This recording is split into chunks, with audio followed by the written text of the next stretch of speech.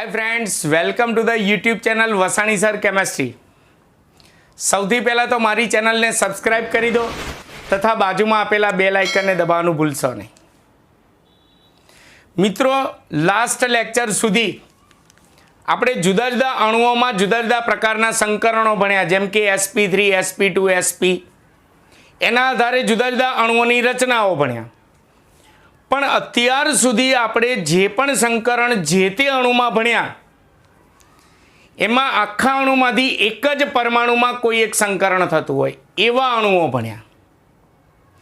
हवे आजना विडियो लेक्चरमां आपणे एवा अणु भणीशुं के एक अणुमां एक साथे बबे परमाणुओमां संकरण थता होय तेवा अणुओ भणीशुं।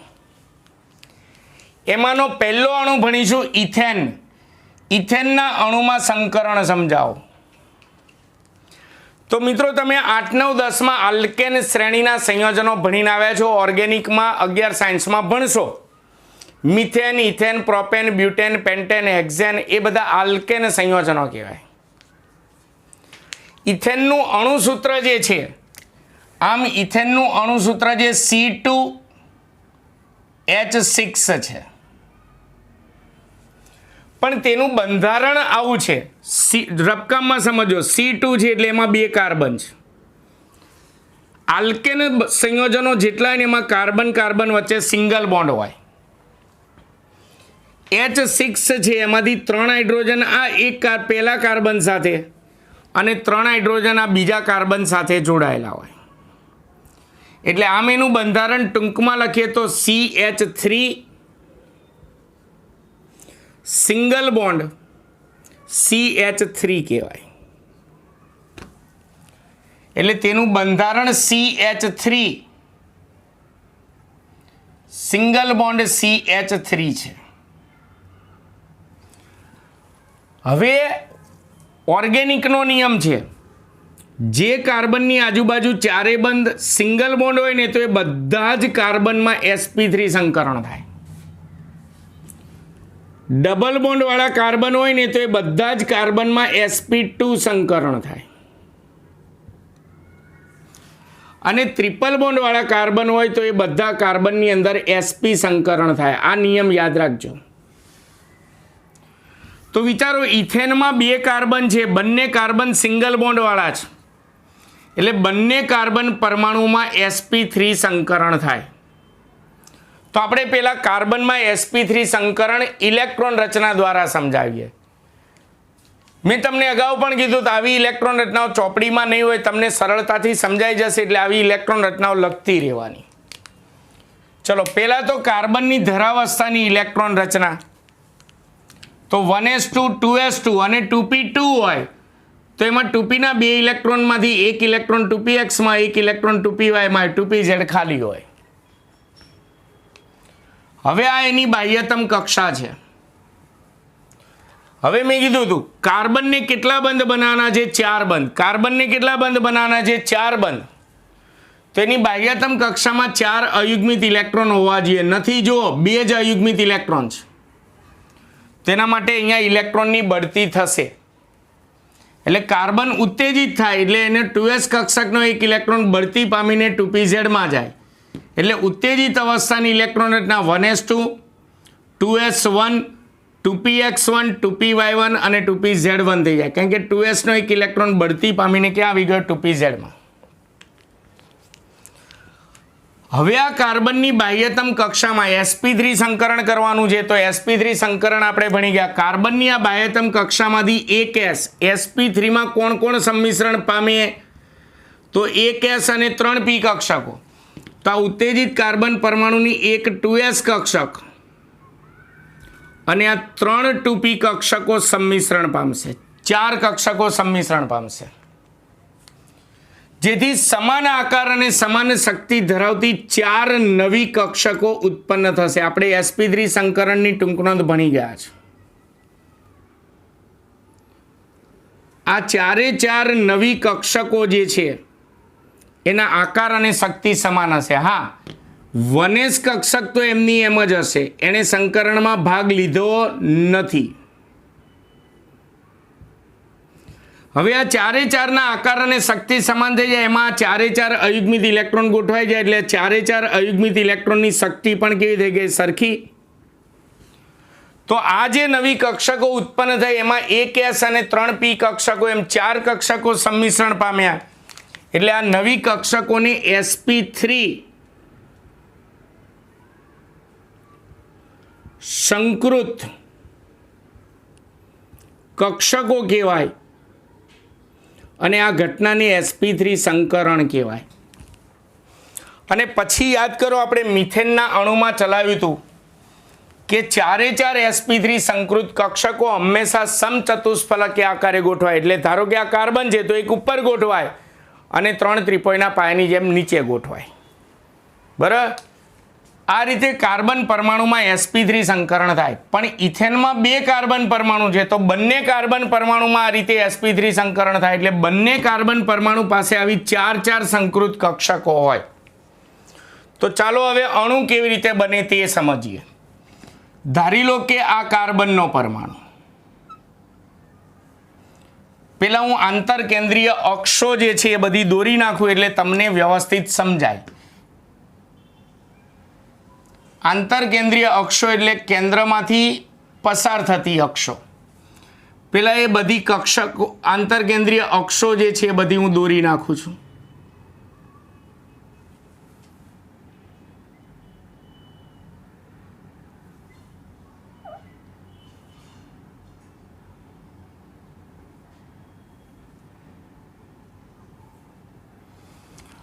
અહીંયા આપણે કક્ષકોનું સંમિશ્રણ કરતા જઈશું ને અહીંયા અણુ બનાવતા જશું. ચલો આ પણ કાર્બનનો પરમાણુ છે ધારી લો અને આ પણ કાર્બનનો પરમાણુ છે. બંનેમાં sp3 સંકરણ થાય એટલે બંને પાસે આવી અયુગ્મિત ઇલેક્ટ્રોન ધરાવતી એવી 4 સંકૃત કક્ષક હોય. સમચતુષ્ફલકીય આકારે ગોઠવાય એટલે સમચતુષ્ફલકીય આકારમાં કીધું તો એક ઉપર અને 3 ત્રિકોણના પાયાની જેમ નીચે. એ સમચતુષ્ફલકને આમ આડું કરી નાખો તો એક ઉપર અને 3 ત્રિકોણના પાયાની જેમ નીચે. અને આની 4 સંકૃત કક્ષકમાંથી એક આમ ઉપર અને 3 ત્રિકોણના પાયાની જેમ નીચે આ રીતે ગોઠવાયેલી. એટલે ઇન શોર્ટ બંને કાર્બન પરમાણુઓ પાસે 4 સંકૃત કક્ષકો છે. તો એ બધા સંકૃત કક્ષકમાં એક ઇલેક્ટ્રોન છે. તો એ 4 સંકૃત કક્ષકો પૈકી સૌથી પહેલા 2 કાર્બનની વચ્ચે 4 માંથી એક સંકૃત કક્ષક સંમિશ્રણ પામશે.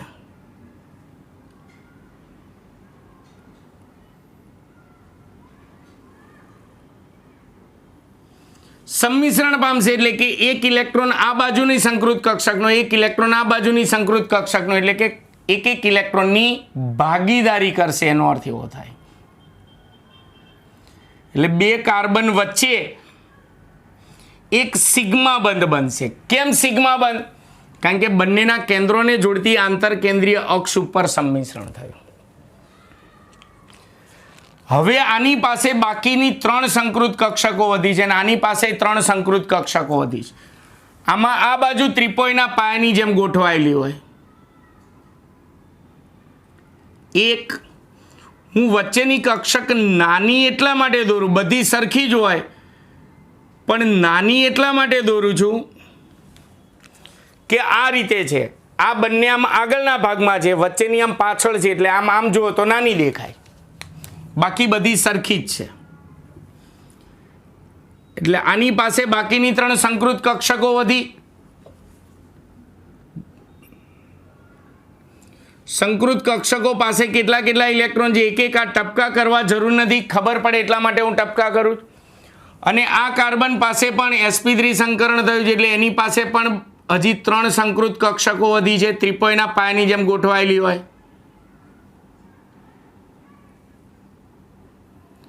આ વચ્ચેની નાની એટલા માટે દોરી છે કે ત્રિકોણના પાયાની જેમ ગોઠવાયેલી છે એટલે આ બંને જે છે આમાં આગળના ભાગમાં છે અને આ વચ્ચેની જે આમ પાછળ છે, ત્રિકોણના પાયાની જેમ ગોઠવાય. અને સંકૃત કક્ષકમાં એક ઇલેક્ટ્રોન હોય. હવે હાઇડ્રોજન પરમાણુ જેમાં સંકરણ નથી થયું, હાઇડ્રોજનની ઇલેક્ટ્રોન રચના 1s1 છે. 1s કક્ષક ગોલીય હોય, એમાં એક ઇલેક્ટ્રોન છે. તો આ બાજુના 3 આ બાજુના કાર્બનની બાકીની 3 સંકૃત કક્ષક સાથે 3 હાઇડ્રોજન પરમાણુની એક 1s કક્ષક સંમિશ્રણ પામશે. સંમિશ્રણ પામશે એટલે કે એક ઇલેક્ટ્રોનની ભાગીદારી કરશે. 1 ઇલેક્ટ્રોન 1s કક્ષકનો અને 1 ઇલેક્ટ્રોન સંકૃત કક્ષકનો. પણ હા ધ્યાન રાખજો કે અહીંયા હાઇડ્રોજનની 1s કક્ષકના ઇલેક્ટ્રોનની સ્પિનની દિશા અને સંકૃત કક્ષકના ઇલેક્ટ્રોનની સ્પિનની દિશા વિરુદ્ધ હોય. એ જ રીતે અહીંયા હાઇડ્રોજનની 1s કક્ષક જે છે સંમિશ્રણ પામશે એટલે કે એકની ભાગીદારી કરશે. એ રીતે અહીંયા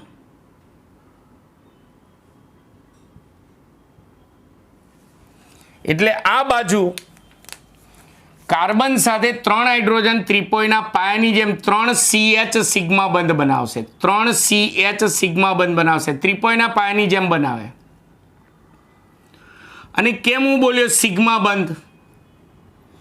કારણ કે તમે જો અક્ષની ઉપર સંમિશ્રણ થાય છે, કાર્બનનો પરમાણુ હાઇડ્રોજનનો પરમાણુ અહીંયા હોય તો બંનેના કેન્દ્રોને જોડતી અક્ષ આમ થાય. કાર્બન હાઇડ્રોજન કેન્દ્રને જોડતી આંતરકેન્દ્રીય અક્ષ આમ થાય. કાર્બન હાઇડ્રોજન આંતરકેન્દ્રીય અક્ષ આમ થાય. તો આંતરકેન્દ્રીય અક્ષની ઉપર સંમિશ્રણ થાય છે એટલે આ બધા સિગ્મા બંધ. હંમેશા એટલું યાદ રાખજો, સંકૃત કક્ષકમાંથી જેટલા બંધ બને ને આંતરકેન્દ્રીય અક્ષ ઉપર સંમિશ્રણ પામીને જ બને એટલે બધા સિગ્મા બંધ જ હોય. હવે આ જ રીતે બાકીના 3 હાઇડ્રોજન પરમાણુ આ બાજુની 3 સંકૃત કક્ષકો સાથે સંમિશ્રણ પામશે એટલે કે એક ઇલેક્ટ્રોનની ભાગીદારી કરશે. તો અહીંયા પણ અક્ષ ઉપર જ સંમિશ્રણ થાય છે. આ ટપકા મેં માત્ર જાણકારી માટે કર્યા, ખબર પડે કે આ કક્ષકો સંમિશ્રણ પામે છે એટલે કે એક ઇલેક્ટ્રોન સંકૃત કક્ષકનો અને એક ઇલેક્ટ્રોન 1s કક્ષકનો ભાગીદારી થાય છે. એટલે 3CH સિગ્મા બંધ આ બાજુ ત્રિપોયના પાયાની જેમ રચાશે. સિગ્મા બંધ રચાયા કેમ? આંતરકેન્દ્રીય અક્ષ ઉપર જ બધી જગ્યાએ સંમિશ્રણ થયું. તો બની ગયો ઇથેનનો અણુ બની ગયો C2H6 એટલે કે CH3 સિંગલ બોન્ડ CH3. આ રીતે ઇથેનનો અણુ બને. બંને કાર્બનમાં આ રીતે sp3 સંકરણ થાય એટલે બંને કાર્બન પાસે 4 સંકૃત કક્ષકો હોય. સૌથી પહેલા 2 કાર્બન વચ્ચે એક સંકૃત કક્ષક સંમિશ્રણ પામે એટલે 2 કાર્બન વચ્ચે એક સિગ્મા બંધ બને. અને પછી બાકીની 3 સંકૃત કક્ષકો સાથે હાઇડ્રોજનની 1s કક્ષકો સંમિશ્રણ પામે એટલે 3CH સિગ્મા બંધ આ બાજુ અને 3CH સિગ્મા બંધ આ બાજુ બને. એટલે આની અંદર ઇથેનના અણુમાં કુલ સિગ્મા બંધની સંખ્યા કેટલી? કુલ 3, 3, 6 અને વચ્ચે 1 એટલે કે કુલ 7 સિગ્મા બંધ બને છે. 7 સિગ્મા બંધ બને છે. આ અલગથી MCQમાં પૂછી શકે. બીજું, સંકૃત કક્ષકો સમચતુષ્ફલકીય આકારે ગોઠવાયેલું એટલે આપણે ભણી ગયા છે sp3 સંકરણની ટૂંકણોમાં 109.5 અંશના ખૂણે ગોઠવાયેલું એટલે આની અંદર પ્રત્યેક બંધકોણ જે છે, પ્રત્યેક બંધકોણ એટલે 1, 2, 3, 4 1, 2, 3, 4 આ બધા જ બંધકોણ 109.5 અંશના હોય છે. બીજું, બંધ લંબાઈની વાત કરીએ તો બંધ લંબાઈને સંકરણ સાથે કોઈ લેવા દેવા નથી કારણ કે બંધ લંબાઈ સ્પેક્ટ્રોમીટર વડે માપવામાં આવે. ઇથેનના અણુમાં C single bond C sigma બંધ જે છે એની બંધ લંબાઈ યાદ રાખજો 154 પિકોમીટર હોય. અને C સિંગલ બોન્ડ H જેટલા પણ C સિંગલ બોન્ડ H છે એની બંધ લંબાઈ યાદ રાખજો 109 પિકોમીટર જેટલી હોય છે. આ બંધ લંબાઈ ક્ષ-કિરણ વર્ણપટ એટલે કે સ્પેક્ટ્રોગ્રાફ નામના સાધન વડે આ બંધ લંબાઈ માપેલી હોય છે એટલે આ બંધ લંબાઈ જે છે આપણે સ્વીકારી લેવાની આવશે. આ રીતે ઇથેનના અણુમાં બંને કાર્બન પરમાણુમાં sp3 સંકરણ થઈ અને ઇથેનનો અણુ બને. ક્લિયર? આ આલ્કેનમાંથી 2 કાર્બન વાળો અણુ લીધો, ઇથેનનો અણુ. હવે આલ્કિનનો અણુ આપણે લઈએ. આલ્કિનમાં ઇન લાગે, ઇથિન, પ્રોપિન, બ્યુટીન, પેન્ટીન. તો હવે આપણે આલ્કિનનો એક અણુ બનાવ્યા જેમાં 2 કાર્બન પરમાણુમાં sp2 સંકરણ થશે. કઈ રીતે તો એ જોઈએ. આલ્કિનમાંથી આપણે ઇથિનનો અણુ લઈશું. ઇથિન પહેલા હું થોડું ભૂસી નાખું. આલ્કિનમાંથી આપણે ઇથિનના અણુમાં સંકરણ સમજાવું છું. પહેલા તો ઇથિનનું અણુસૂત્ર C2H4 છે. એનું બંધારણ સમજો. C2 છે એટલે એમાં 2 કાર્બન છે. ઇથિન એટલે આલ્કિનનો અણુ હોય એટલે એમાં કાર્બન કાર્બન વચ્ચે ડબલ બોન્ડ હોય. H4 છે એમાંથી 2 હાઇડ્રોજન આ બાજુ જોડાયેલા હોય અને 2 હાઇડ્રોજન આ બાજુના કાર્બને જોડાયેલા હોય. એટલે આમ બંધારણ જુઓ તો CH2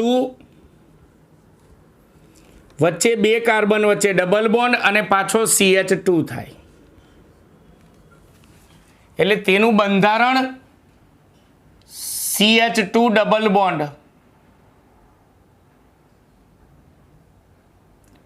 CH2 છે. ડબલ બોન્ડ વાળા કાર્બન હોય ને એ બધા કાર્બનમાં હંમેશા sp2 સંકરણ થાય. આ નિયમ યાદ રાખજો. સિંગલ બોન્ડ વાળા કાર્બનમાં બધામાં sp3 સંકરણ થાય. ડબલ બોન્ડ વાળા બધા કાર્બનમાં sp2 સંકરણ થાય. તો ઇથિનમાં 2 કાર્બન છે તો બંને કાર્બન પરમાણુમાં કયું સંકરણ થશે? sp2 સંકરણ. તો પહેલા આપણે sp2 સંકરણ સમજાવી દઈએ. સૌથી પહેલા તો કાર્બનની ધરાવસ્થાની ઇલેક્ટ્રોન રચના. બીજું કાર્બનને 4 બંધ બનાવવાના છે કુલ ટોટલ. એટલે બાહ્યતમ કક્ષામાં 4 ઇલેક્ટ્રોન હોવા જોઈએ એટલે નથી, અયુગ્મિત ઇલેક્ટ્રોન 2 જ છે. તો 2s કક્ષકનો એક ઇલેક્ટ્રોન ઉત્તેજિત થઈને ક્યાં જશે? 2pz માં બઢતી પામશે એટલે ઉત્તેજિત અવસ્થાની ઇલેક્ટ્રોન રચના એમની એમ રહેશે. ચલો હવે કાર્બનમાં sp2 સંકરણ થાય. sp2 માં આપણે કીધું હતું, યાદ કરો, એક s કક્ષક હોય અને 2 p કક્ષકો સંમિશ્રણ પામે અને 2 p કક્ષકોમાંથી એક ફરજિયાત pz હોય અને બીજી કાં તો px હોય અથવા તો py હોય. એટલે sp2 સંકરણ માટે આપણે શું કરીશું? અહીંયા હું 2pz લખી નાખું છું, 2px 2py લઈ લો. એટલે sp2 માં એક s કક્ષક હોય, 2 p માંથી એક pz હોય અને બીજી કાં તો px હોય અથવા તો py હોય, કાં તો px હોય અથવા તો py હોય. ચલો અહીંયા py લઈશું આપણે ધારો કે, અને px ને છેલ્લે રાખીએ. ચલો હવે sp2 સંકરણ યાદ કરો. હવે આ ઉત્તેજિત કાર્બન પરમાણુની આ બાહ્યતમ કક્ષામાંથી એક s અને આ 3 p નહીં પણ 2 p, એક 2pz અને બીજી કાં તો 2px અથવા 2py, આપણે 2py લઈએ. એક ફરજિયાત pz હોવી જોઈએ, બીજી 2 માંથી ગમે તે હોય તો ચાલે. તો એક s અને આ 2 p કક્ષક સંમિશ્રણ પામશે એટલે કાર્બન પરમાણુમાં સમાન આકાર અને સમાન શક્તિ ધરાવતી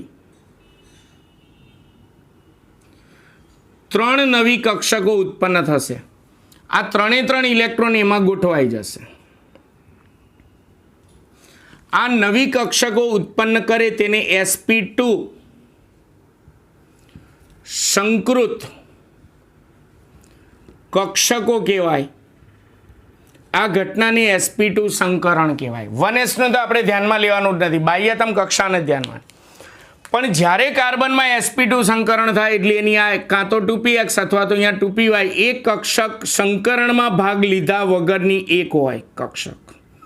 આપણે અહીંયા 2px બાકી રાખી, ધારો કે 2px બાકી, સંકરણમાં ભાગ લીધેલો નથી. ચાલો હવે ઇથેનનો અણુ બનાવીએ. એ પહેલાં sp2 સંકરણની ટૂંક નોંધ યાદ કરો કે આ સંકૃત કક્ષકો જે હોય, કાર્બન પરમાણુમાં 3 સંકૃત કક્ષક ઉત્પન્ન થાય તો sp2 સંકૃત કક્ષકો હંમેશા કેવા આકારે ગોઠવાય? સમતલીય ત્રિકોણ આકારે. એટલે કે એક જ સમતલમાં ત્રિકોણ આકારે ગોઠવાય અને પછી બંધ બનાવે. ચાલો કેવી રીતે બંધ બનાવે? તો પહેલાં હું આંતરકેન્દ્રીય અક્ષ જે છે એ બધી દોરી નાખું.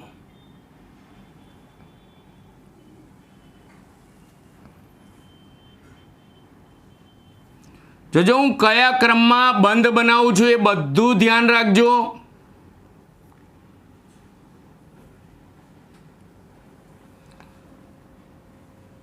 હવે સિગ્મા બંધ ઉપરાંત પાઈ બંધ પણ હવે શરૂ થશે. ચલો અહીંયા કક્ષકોનું સંમિશ્રણ કરાવતા જઈશું ને અહીંયા બંધ બનાવતા જઈશું.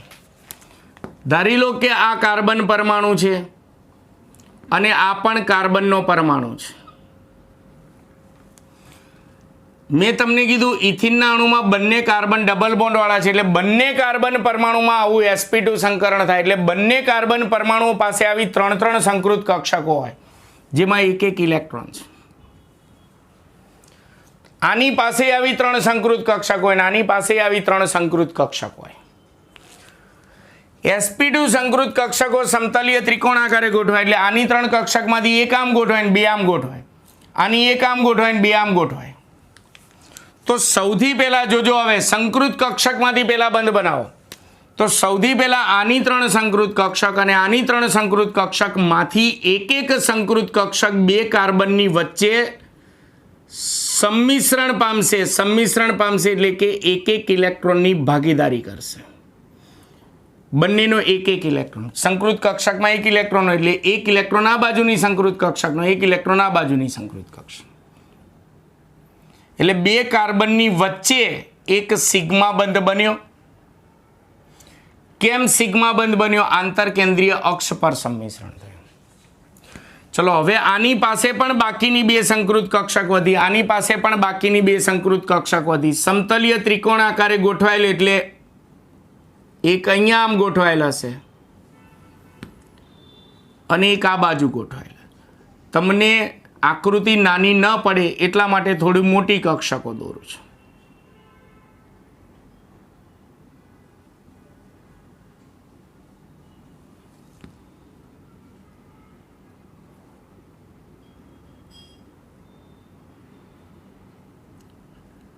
આ ટપકા કરવા ફરજિયાત નથી. આ ટપકા એટલા માટે કરું છું કે તમને ખબર પડે કે અહીંયા ખરેખર ઇલેક્ટ્રોનની ભાગીદારીઓ થઈ રહી છે. અક્ષો થોડી લાંબી કરી નાખું.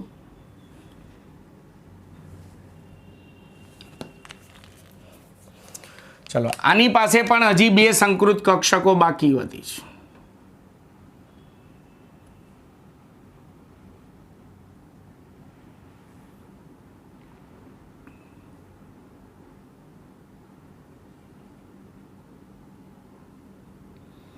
જેમાં એક ઇલેક્ટ્રોન છે. ચલો, સૌથી પહેલા એક સંકૃત કક્ષક બે કાર્બન વચ્ચે સંમિશ્રણ પામે એટલે એક સિગ્મા બંધ બન્યો. હવે બાકીની બબ્બે સંકૃત કક્ષક છે એની સાથે હાઇડ્રોજનની વનેશ કક્ષક સંમિશ્રણ પામે એટલે કે એક ઇલેક્ટ્રોનની ભાગીદારી કરે. હાઇડ્રોજનની વનેશ કક્ષક સંમિશ્રણ પામશે એટલે કે એક ઇલેક્ટ્રોનની ભાગીદારી કરશે. અહીંયા પણ હાઇડ્રોજનની વનેશ કક્ષક સંમિશ્રણ પામશે અને અહીંયા પણ એ જ રીતે હાઇડ્રોજનની વનેશ કક્ષક સંમિશ્રણ પામશે.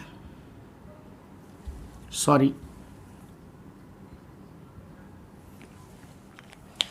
એટલે અહીંયા સંમિશ્રણ અક્ષોની ઉપર જ થાય છે, કારણ કે કાર્બન અને હાઇડ્રોજનનો પરમાણુ હોય, કેન્દ્રોને જોડતી અક્ષ, કાર્બન કેન્દ્રોને જોડતી અક્ષ છે એની ઉપર જ સંમિશ્રણ થાય છે. એટલે આ બાજુ બે CH સિગ્મા બંધ બનશે. સિગ્મા બંધ કેમ? અક્ષની ઉપર સંમિશ્રણ થાય છે એટલે. અને આ બાજુ CH સિગ્મા બંધ બનશે. એ રીતે અહીંયા આ બાજુ બે CH સિગ્મા બંધ બનશે અને એક આ બાજુ CH સિગ્મા બંધ બનશે. ચલો, સંકૃત કક્ષક તો 3 વપરાઈ ગઈ બંધમાં. હવે કાર્બન વચ્ચે તો ડબલ બોન્ડ હોવો જોઈએ. તો હવે કાર્બન પરમાણુમાં sp2 સંકરણ થાય ત્યારે એની એક 2p કક્ષક સંકરણમાં ભાગ લીધા વગરની હોય. એણે સંકરણમાં ભાગ નથી લીધો એટલે આખી કેવી આકારની હોય? ડંબેલ આકારની. આપણે અહીંયા 2px કક્ષક ખાલી સંકરણમાં ભાગ નથી લીધેલી, તો 2px કક્ષક આ રીતે દોરે આખું ડંબેલ. સોરી,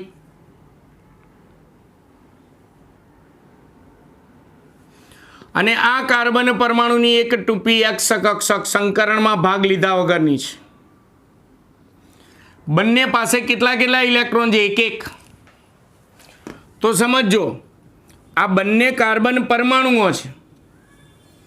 હવે આની એક 2px કક્ષક અને આની એક 2px કક્ષક આકર્ષણથી નજીક આવશે અને બંને કાર્બન વચ્ચે 2px વચ્ચે સંમિશ્રણ થશે.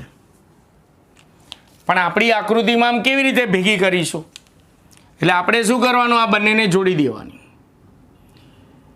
આ મેં બંધ નથી દોર્યો. આનો અર્થ શું થાય? આનો અર્થ એવો થાય કે સંકરણમાં ભાગ લીધા વગરની 2px કક્ષકો આ રીતે આકર્ષણથી નજીક આવી બે કાર્બનની વચ્ચે સંમિશ્રણ પામે છે. સંમિશ્રણ પામે છે એટલે કે એક ઇલેક્ટ્રોન આ 2px નો અને એક ઇલેક્ટ્રોન આ 2px નો, બે ઇલેક્ટ્રોનની એક ઇલેક્ટ્રોનની શું થાય? ભાગીદારી થાય છે. તો બે કાર્બન વચ્ચે સંકરણમાં ભાગ લીધા વગરની 2px કક્ષકો આકર્ષણથી નજીક આવી સંમિશ્રણ પામે, જેથી બે કાર્બન વચ્ચે એક પાયબંધ બને. કેમ? જુઓ તમે, કેમ પાયબંધ બન્યો? કારણ કે અહીંયા સંમિશ્રણ ક્યાં થયું? અક્ષ ઉપર નથી થયું, અક્ષની આજુબાજુ થયું. જુઓ, એટલે પાયબંધ બન્યો. હંમેશા એટલું યાદ રાખજો, સંકૃત કક્ષકોમાંથી જેટલા બંધ બને ને એ બધા બંધ સિગ્મા બંધ જ હોય. અને સંકરણમાં ભાગ લીધા વગરની કક્ષકમાંથી બને ને એ બધા પાયબંધ જ બનશે. કારણ કે સંકૃત કક્ષકમાંથી બંધ બને ને ત્યારે અક્ષની ઉપર જ સંમિશ્રણ થશે એટલે સિગ્મા બંધ. અને સંકરણમાં ભાગ લીધા વગરની કક્ષક સંમિશ્રણ પામીને બંધ બનાવે ત્યારે હંમેશા આજુબાજુથી જ સંમિશ્રણ થશે એટલે પાયબંધ બનશે. એટલે ગોખી જ નાખજો કે સંકૃત કક્ષકમાંથી બને એ બધા સિગ્મા બંધ, સંકરણમાં ભાગ લીધા વગરની કક્ષકમાંથી બને એ પાયબંધ. તો બની ગયું ઇથિનનો અણુ CH2 ડબલ બોન્ડ CH2 થઈ ગયું. CH2 ડબલ બોન્ડ CH2 ઇથિનનો અણુ બની ગયો. તો ઇથિનના અણુમાં તમને અલગથી MCQ પૂછાય, ઇથિનના અણુમાં કુલ સિગ્મા બંધ કેટલા હોય છે અને પાયબંધ કેટલા? તો સિગ્મા બંધ કેટલા હોય છે? 1 2 3 4 અને 5 સિગ્મા બંધ અને 1 પાયબંધ હોય છે. બીજું, ઇથિનના અણુમાં HCH બંધ કોણ અને HCC બંધ કોણ કેટલા અંશના હોય છે? તો એની અંદર HCH બંધ કોણ 117.6 અંશ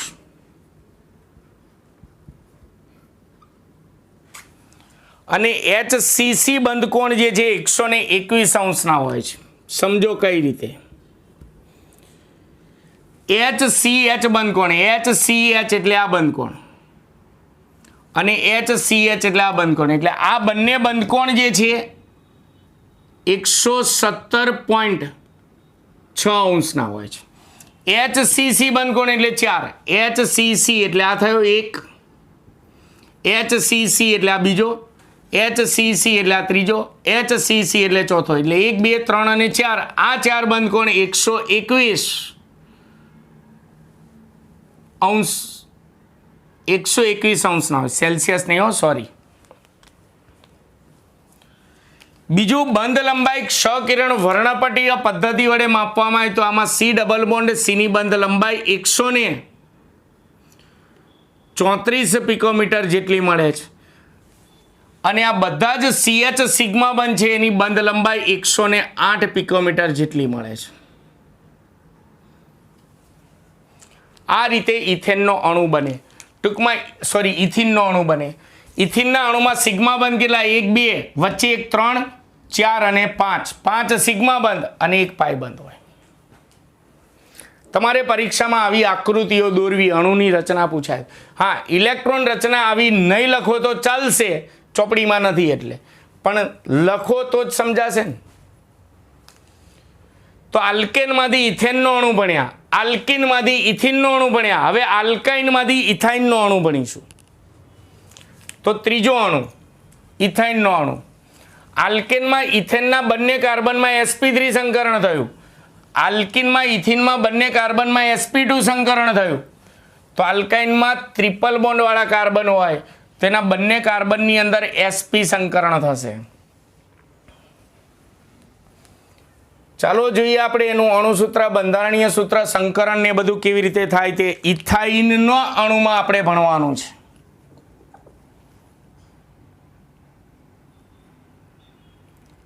ઇથાઇન, ઇથાઇનના અણુનું નામ યાદ રાખજો. ઇથાઇનના અણુને એસિટિલિન પણ કહેવામાં આવે છે. એનું સામાન્ય નામ એસિટિલિન. ઘણી વખત પરીક્ષક અઘરું પેપર પૂછવું હોય તો ઇથાઇનના અણુમાં સંકરણ સમજાવો, એના બદલે એવું કરી નાખે એસિટિલિનના અણુમાં સંકરણ સમજાવો. ઇથાઇનના અણુની અંદર એનું અણુસૂત્ર પહેલા તો C2H2 છે. એનું બંધારણ સમજજો. એમાં C2 છે, 2 કાર્બન છે. આલ્કાઇનમાં કાર્બન કાર્બન વચ્ચે ટ્રિપલ બોન્ડ હોય. H2 છે, એમાં એક હાઇડ્રોજન આ કાર્બન સાથે જોડાયેલો હોય, એક હાઇડ્રોજન આ કાર્બન સાથે જોડાયેલો હોય, એટલે C2H2 થઈ ગયું. એટલે આમ એનું બંધારણ CH ટ્રિપલ બોન્ડ CH થાય. CH ટ્રિપલ બોન્ડ CH થાય. એટલે તેનું બંધારણ CH ટ્રિપલ બોન્ડ CH હોય. હવે એના બંને કાર્બન પરમાણુ ટ્રિપલ બોન્ડ વાળા છે, એટલે બંને કાર્બન પરમાણુમાં sp સંકરણ થઈ અને અણુ બને. તો ચાલો પેલા કાર્બનમાં sp સંકરણ સમજાવી દઈએ. પેલા કાર્બનમાં તો ધરાવસ્થાની ઇલેક્ટ્રોન રચના, ઉત્તેજિત અવસ્થામાં 2s કક્ષકનો એક ઇલેક્ટ્રોન ક્યાં જશે? 2pz માં, રાઈટ. પણ sp સંકરણમાં યાદ કરો, sp સંકરણ થાય ને એટલે એની એક s કક્ષક અને એક ફરજિયાત pz કક્ષક સંમિશ્રણ પામે.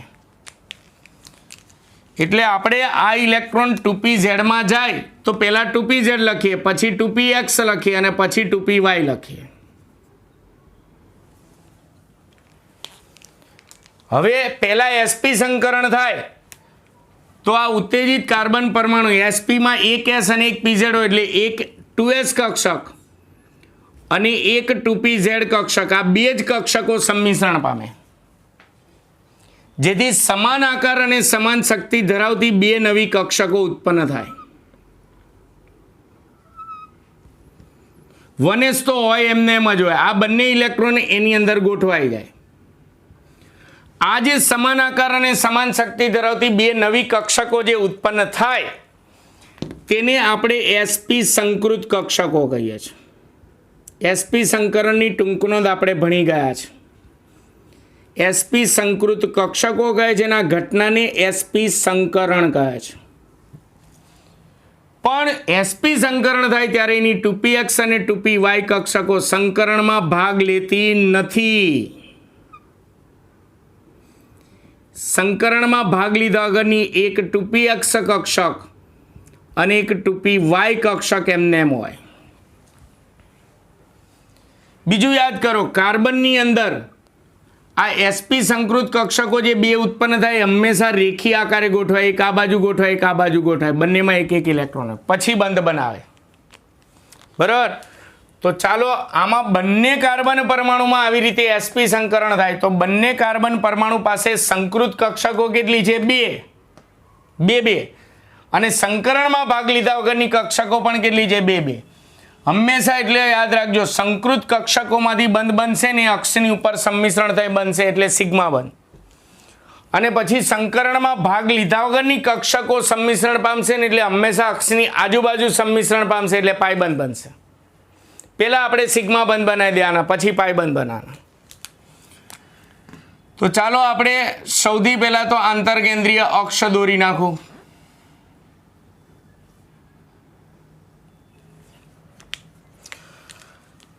ધારી લો કે આ પહેલો કાર્બન અને આ બીજો કાર્બન. જો હું જે ક્રમમાં આકૃતિ દોરું ને એ ક્રમમાં તમારે મોઢે કરવાની આકૃતિ પરીક્ષામાં દોરવી ફરજિયાત છે. ચોપડીની આકૃતિઓ અઘરી હશે એટલે પેમ્પલેટમાંથી દોરજો.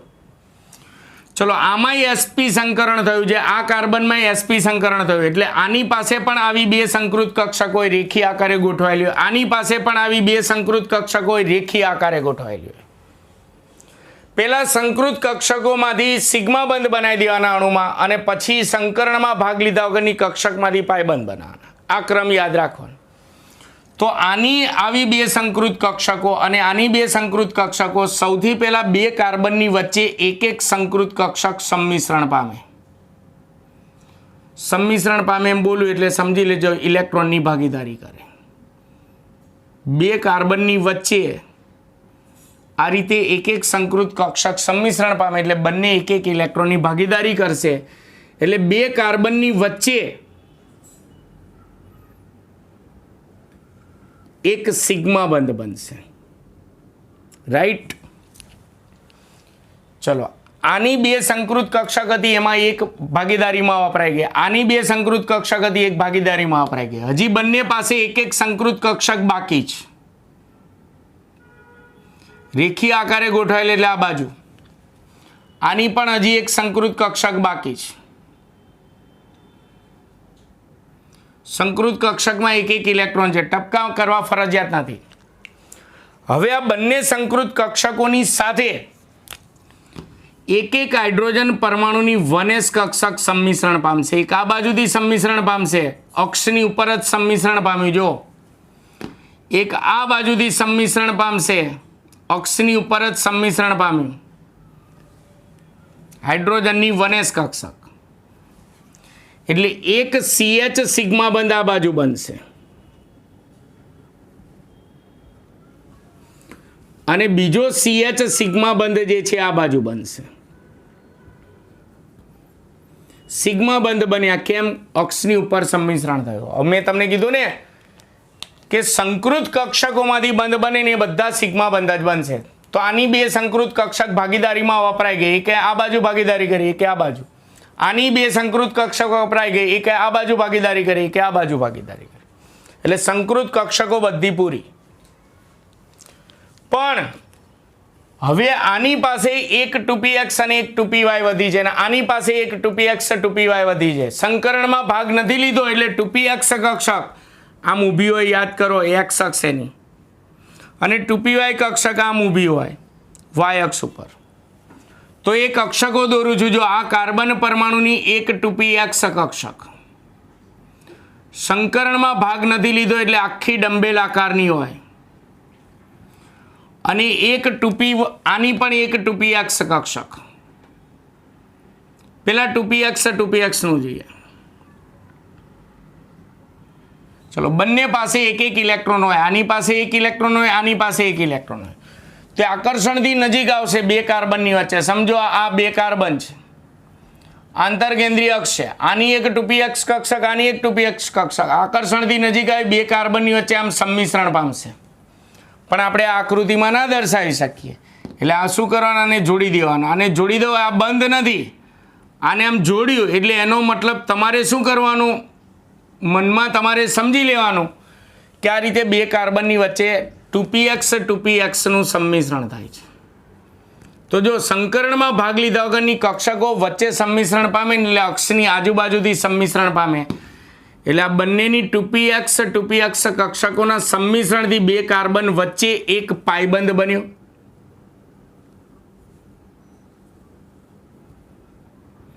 ચોપડીની આકૃતિઓ અઘરી પડશે મિત્રો, એટલે હું જેટલી દોરાવડાવું દરેક અણુમાં આવી બબ્બે આકૃતિ જ દોરવાની છે. ચલો, હજી બંને કાર્બન પરમાણુ પાસે સંકરણમાં ભાગ લીધા વગરની 2py કક્ષક હોય, જે આમ આડી લંબ રૂપે જ હોય.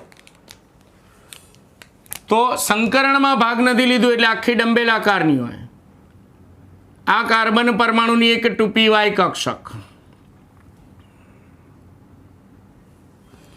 અને આ કાર્બન પરમાણુ પાસે પણ એક 2py કક્ષક છે, એક એક ઇલેક્ટ્રોન છે. તો આ બે કાર્બન પરમાણુઓ છે, આ બંનેને જોડતી આંતરકેન્દ્રીય અક્ષ, આની 2py કક્ષક અને આની 2py કક્ષક આકર્ષણથી નજીક આવી સંમિશ્રણ પામે એટલે બે કાર્બન વચ્ચે પાયબંધ બનશે. કેમ? સંમિશ્રણ આજુબાજુ થયું. પણ આમ સંમિશ્રણ આપણે આ આકૃતિમાં નહીં કરાવી શકીએ એટલે આમ જોડી દેવાનું. 2py વચ્ચે આમ સંમિશ્રણ થાય. સંમિશ્રણ થાય એટલે કે એક એક ઇલેક્ટ્રોનની ભાગીદારી થાય. આ મેં બંધ નથી દોર્યા. આનો અર્થ એવો થાય કે 2py આ રીતે સંમિશ્રણ પામે છે એટલે અક્ષની આજુબાજુ સંમિશ્રણ થાય છે એટલે બે કાર્બન વચ્ચે હજી એક પાયબંધ બનશે. તો બની ગયો ઇથાઇનનો અણુ CH ટ્રિપલ બોન્ડ CH થઈ ગયું. એટલે ક્રમ યાદ રાખજો, ફટાફટ રિવિઝન કરાવી દઉં. તમારે આવી બે આકૃતિ જ દોરવાની. ચોપડીની આકૃતિ ટુ ટફ હશે. હા, જાણકારી માટે કહી દઉં, પાયબંધનું ઇલેક્ટ્રોન વાદળ હોય ને સિગ્મા બંધની આજુબાજુ ફેલાયેલું હોય. તમારે ઇલેક્ટ્રોન વાદળનું નથી યાદ રાખવું. ચલો જા દો મારો ગોળીએ. તમે આટલું યાદ રાખો કે બંને કાર્બન પરમાણુમાં sp2 સંકરણ થયું એટલે બંને પાસે બે સંકૃત કક્ષક હોય. પહેલા આમાંથી બંધ બનાવો, પછી આમાંથી બે સંકૃત કક્ષકમાંથી પહેલા કાર્બન વચ્ચે એક સંકૃત કક્ષક સંમિશ્રણ પામે એટલે એક સિગ્મા બંધ. બાકીની એક સંકૃત કક્ષકો સાથે હાઇડ્રોજનની 1s કક્ષક સંમિશ્રણ પામે એટલે બાકીના 2 CH સિગ્મા બંધ. પછી બંને વચ્ચે એક 2px સંકરણમાં ભાગ લીધા વગરની 2px અને 2py સંમિશ્રણ પામે. એ આજુબાજુથી સંમિશ્રણ પામશે એટલે પાઈ બંધ. એટલે યાદ રાખવાનું, સંકૃત કક્ષકો સંમિશ્રણ પામે એટલે સિગ્મા બંધ બને અને સંકરણમાં ભાગ લીધા વગરની કક્ષકો સંમિશ્રણ પામે એટલે પાઈ બંધ જ બને. તો તમને પૂછાય ઇથાઇન અથવા તો એસિટિલિનના અણુમાં કુલ સિગ્મા બંધ અને પાઈ બંધની સંખ્યા જાણો. તો સિગ્મા બંધ 1, 2 અને 3 અને પાઈ બંધ 1 અને 2.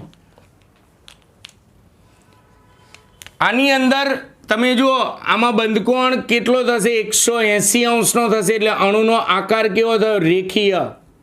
તો આપણે કહ્યું હતું કે જેમાં sp સંકરણ થાય ને એના અણુનો આકાર હંમેશા રેખીય હોય.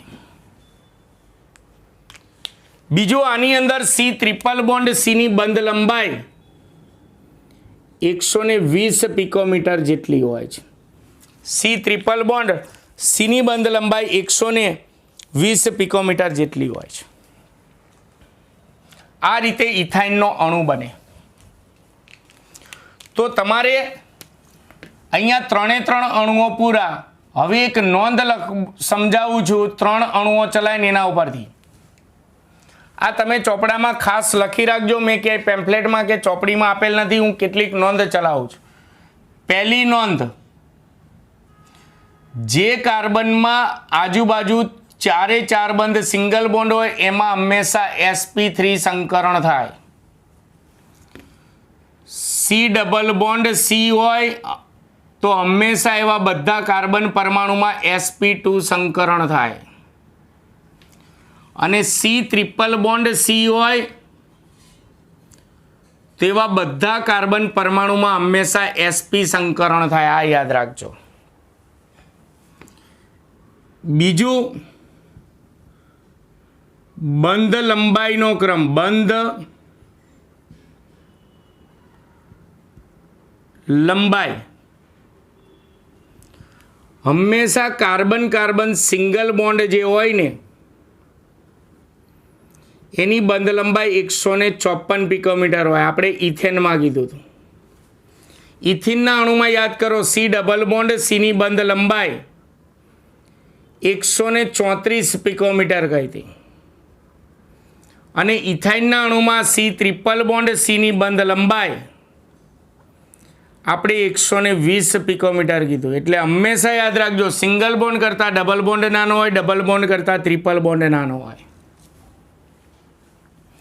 અને ત્રીજી નોંધ, ઓલ કેમેસ્ટ્રીમાં, ઓર્ગેનિક ઇનઓર્ગેનિક ઓલ કેમેસ્ટ્રીમાં હંમેશા યાદ રાખજો, સિંગલ બોન્ડ હોય ને એ હંમેશા સિગ્મા બંધ જ હોય.